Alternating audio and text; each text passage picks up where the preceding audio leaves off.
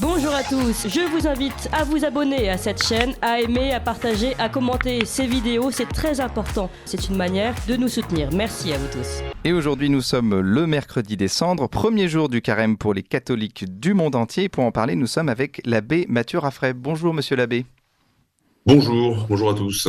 Alors vous êtes prêtre catholique, vous êtes professeur de philosophie thomiste à l'université pontificale Saint-Thomas d'Aquin et vous êtes très présent sur les réseaux sociaux, sur Twitter, sur Facebook, sur Instagram. On invite nos auditeurs donc à vous suivre. Et donc aujourd'hui, c'est le mercredi des Cendres. Donc est-ce que vous pouvez nous expliquer quelle est la signification de cette messe des Cendres, messe donc durant laquelle le prêtre dépose un signe de croix à tous les fidèles avec de la cendre sur le front? Oui, alors bonjour, effectivement, c'est aujourd'hui le mercredi des Cendres, donc c'est le premier jour du carême, cette grande période de préparation qui va nous mener jusqu'à la Semaine Sainte et jusqu'à Pâques. Donc elle commence par cette cérémonie des cendres, comme vous venez de le dire, qui traditionnellement sont faites à partir des rameaux de l'année précédente, qui sont brûlés et qui sont réduits en cendres, et puis qui sont donc bénis par le prêtre durant une cérémonie avant la messe. Et puis on met ces cendres sur le front ou sur la tête de tous les fidèles, même des prêtres, même le pape reçoit les cendres. Et le prêtre, lorsqu'il fait ce geste, eh bien dit ces paroles de la Genèse, qu'on trouve dans le chapitre 3 de la Genèse, souviens-toi que tu es poussière et que tu retourneras en poussière. Et donc c'est une grande période de pénitence pour tous les chrétiens, tous les catholiques.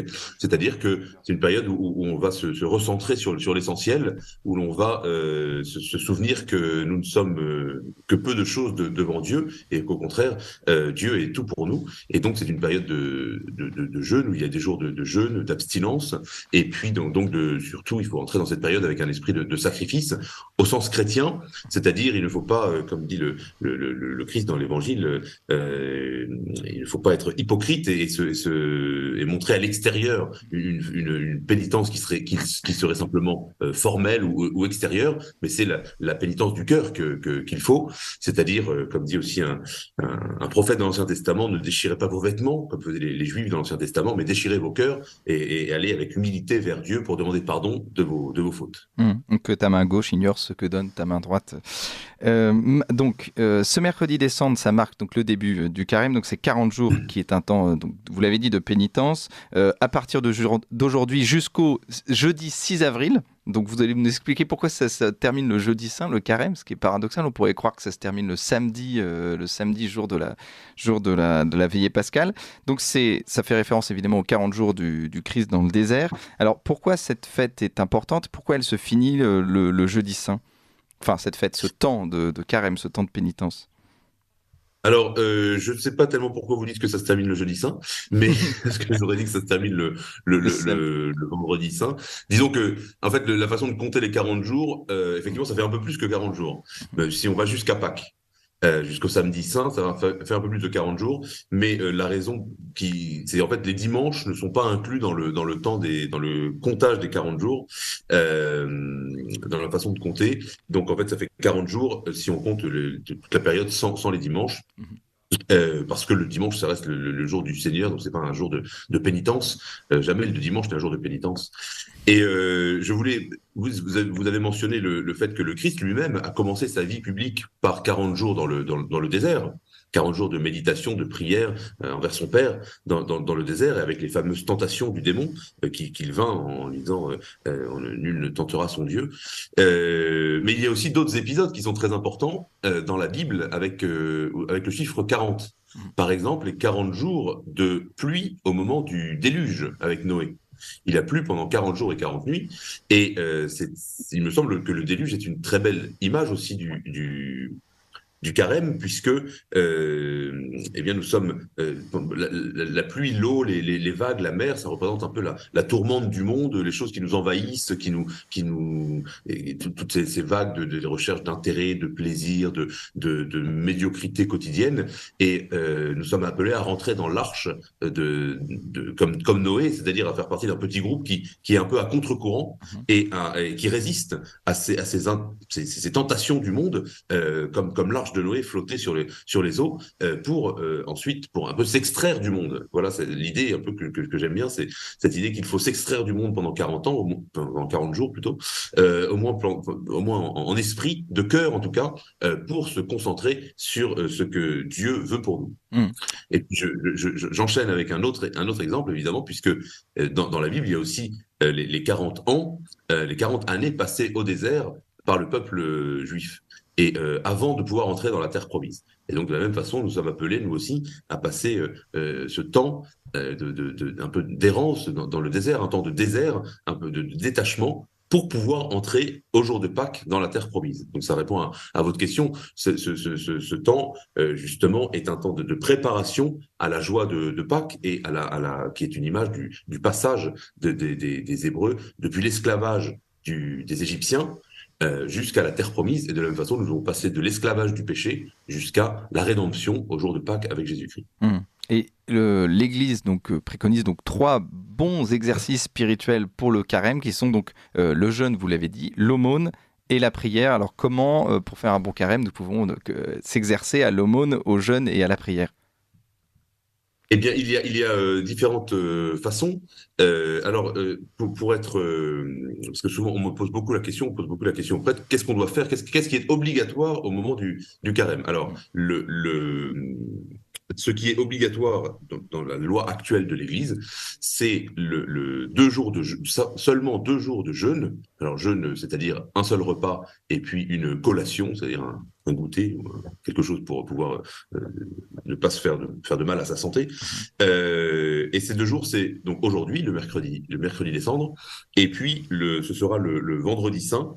Donc le jour où on célèbre la mort du Christ, qui aura lieu cette année le 7 avril, donc juste avant Pâques, le vendredi qui précède Pâques. Et puis ensuite, ce qui est obligatoire aussi dans la discipline actuelle de l'Église, c'est l'abstinence, donc s'abstenir de viande, tous les vendredis, évidemment les jours de jeûne, plus tous les vendredis de carême.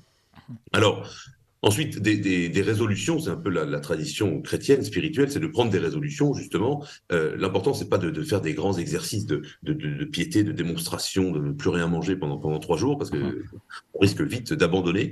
Mais il faut plutôt, effectivement, faire des actes de charité. Alors, dans le domaine de la prière, c'est l'occasion de retrouver des bonnes habitudes de prière. Par exemple, aller à la messe en semaine, dire son chapelet chaque jour, faire quelques minutes, 5 minutes, 10 minutes de méditation sur la parole de Dieu.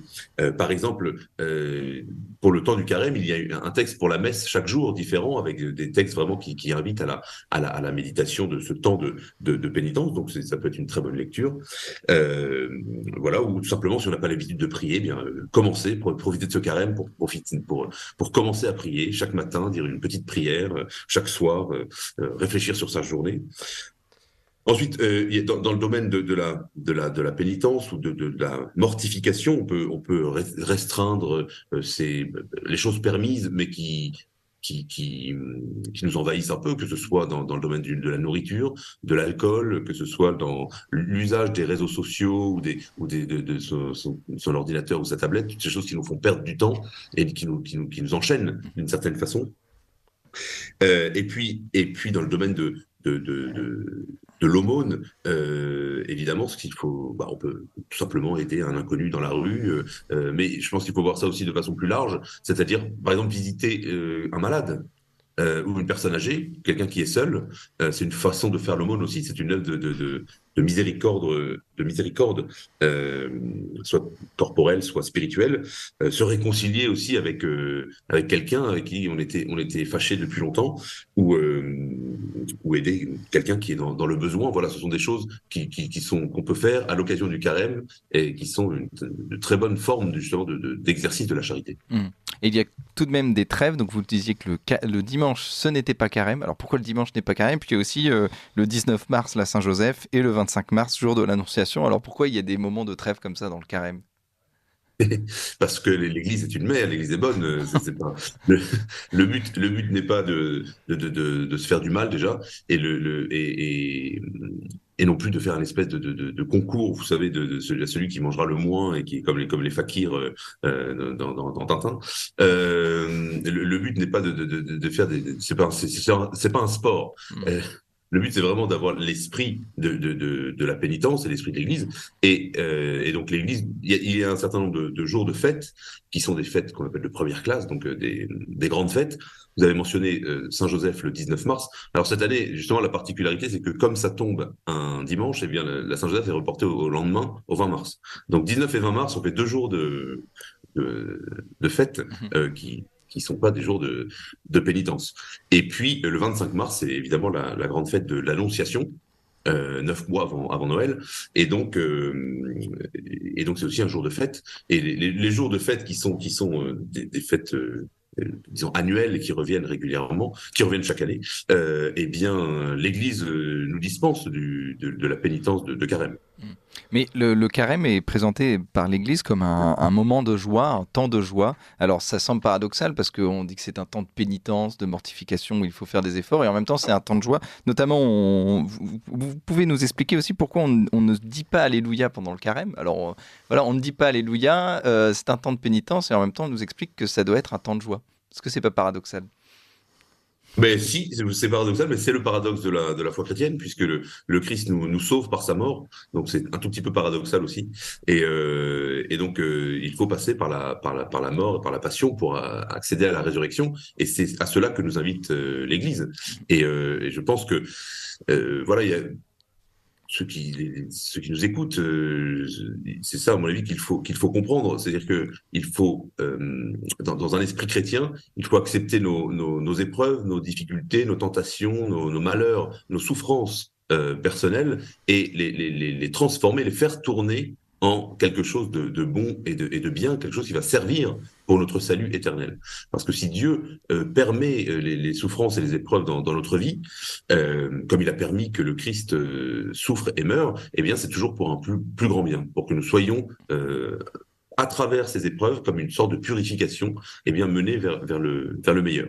Et comme dit la Sainte Écriture, il faut que l'or soit mis dans le feu pour être purifié de ses imperfections. Et de la même façon, c'est par ce temps de pénitence et de retour à Dieu, eh bien que nous devenons meilleurs, que nous sommes purifiés nous-mêmes. Donc voilà un motif de joie. Un motif de joie, puisque le bon Dieu s'occupe de travailler notre âme, de la purifier, de couper les choses qui ne vont pas, pour nous rendre plus dignes, meilleurs, pour nous amener vers lui. Abbé Mathieu Raffray, vous êtes très présent sur les réseaux sociaux et puis vous êtes très présent aussi auprès des jeunes catholiques. Qu'est-ce que vous donneriez comme conseil à des jeunes catholiques qui voudraient fougueusement faire ce carême le mieux possible ? Vous avez dit que c'était pas un sport, c'est pas un défi non plus. Comment l'aborder de la manière la plus sainte possible ?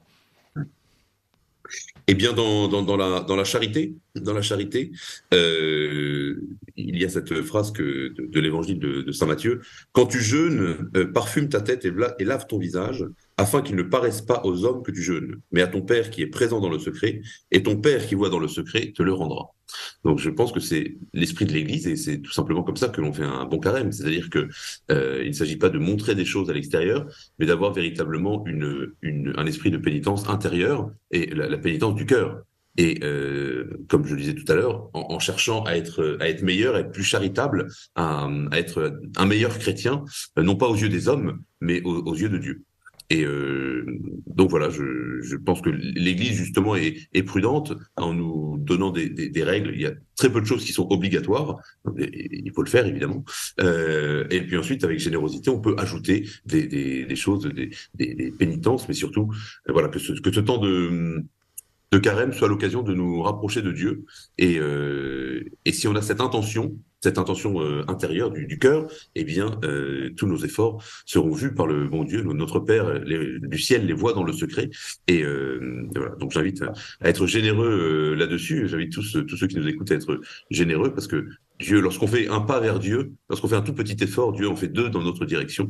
Et donc, on est souvent très étonné de la bonté de Dieu qui voit chacun de nos efforts et qui les récompense au centuple. Merci Abbé Mathieu Raffray. On rappelle que vous êtes prêtre catholique, donc que vous êtes professeur des philosophies thomistes à l'Université pontificale Saint-Thomas d'Aquin, et on invite évidemment tout le monde à vous suivre sur Twitter, sur Facebook, sur Instagram, et on vous souhaite un joyeux carême et à très vite. On se retrouvera à Pâques peut-être. Bon carême à vous tous. Vous appréciez cette émission? Alors aidez Radio Courtoisie à en produire d'autres, en indépendance totale. Rendez-vous sur soutenir.radiocourtoisie.fr. Merci d'avance.